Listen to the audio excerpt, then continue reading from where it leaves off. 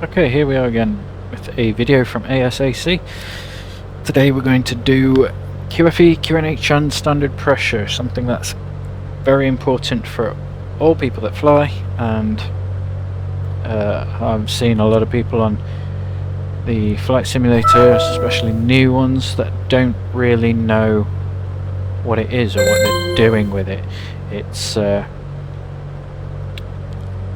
basically QNH is the local area pressure. So if you imagine the altimeter as a barometer, you need to set the correct pressure setting to give you an accurate reading. So you can get the correct pressure setting from ATC, or you can download an app. I've downloaded Avia Weather, where you can download you can put in a nearby airfield with a weather station, and it will give you all the information of winds, clouds, pressure settings and all that. So if you zoom in, if I zoom in, you can see that there's a knob here and you can adjust the pressure setting. Here we've got millibars and we've got inches over here.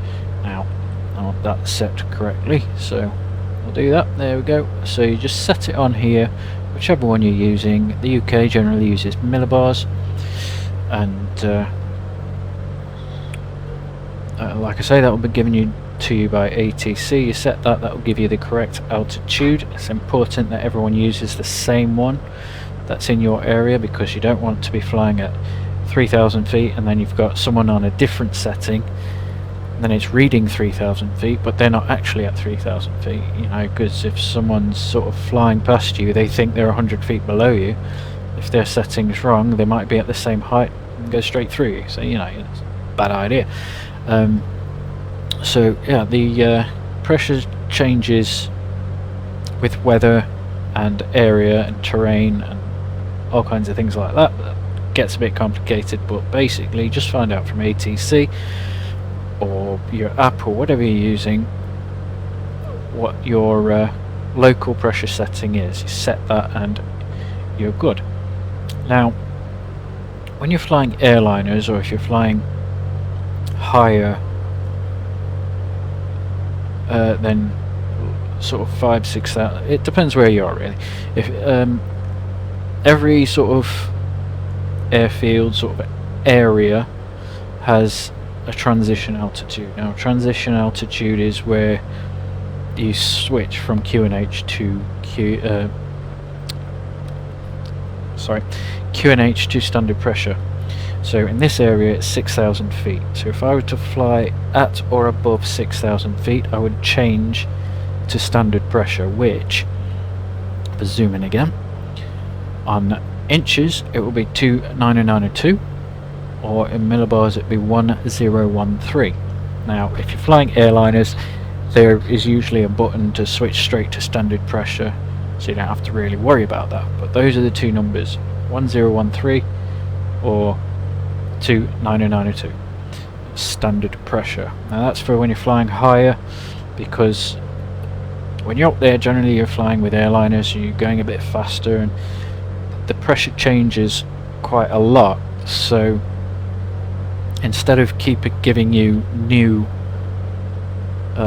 pressures to put into your altimeter, you just stick on 1013, and everyone who's above that altitude is on the same, so we're all getting the same reading, although it might not be accurate, if that makes sense. It's not giving you the actual altitude above sea level, but everyone is sort of calibrated to the same altimeter reading, so you've got no clashes of readings between aircraft. Now QFE is used only for VFR traffic and only when you're coming in to land, or if you're doing circuits at an airfield. Now QFE is where it reads 0 when you're on the ground.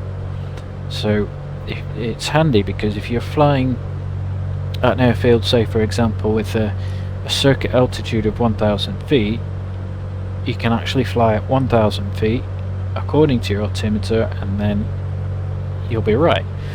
Whereas a lot of people who don't use QFE want to fly at 1,000 feet above the ground Or if the airfield's 300 feet above the ground, you have to fly at 1300 feet. That's, to me, I know it's because I'm a bit weird, but it just looks a bit odd when you're looking at your instruments. So it's nice and clean when you can just fly up to 1,000 feet. There you are, you know what you're doing. You're at 1,000 feet and you can see exactly how far away from the ground you are. Now, there is a weird and wonderful way to work it out when you're coming back into land. But there's no need for a complicated way. All you have to do is find the airfield elevation, which you can find on a map or even by googling it. Just find out how high the airfield is and then take that off of your QNH pressure setting. So for example, now I'm flying at 5,000 feet. Now if I want to land at an airfield that's 500 feet above sea level, I'll just take 500 feet off that. So I'll set my altimeter to read 4,500 feet, and that means I am now reading the height above the airfield. So I will be 4,500 feet above that airfield, and I know what I want to descend to 1,000 feet to join the circuit, or if I'm doing an overhead join, I want to join 2,000 feet above the ground. So it just makes things tidier and easier to do. But like I say, if you're in America or Switzerland or somewhere that has a lot of high airports, you might not have enough range on the altimeter to do that, so you're just going to have to put up with QNH. But again, if you're coming into land, make sure that the QNH is right, because if you get any discrepancies between you and another aircraft, you could conflict and end up having an accident. Now I think that's pretty much covered it for altitudes. If you'd like and subscribe if you liked what you see, and leave a comment below and let me know what you want to see, because I don't really know what people need to know. So thanks for watching and see you soon.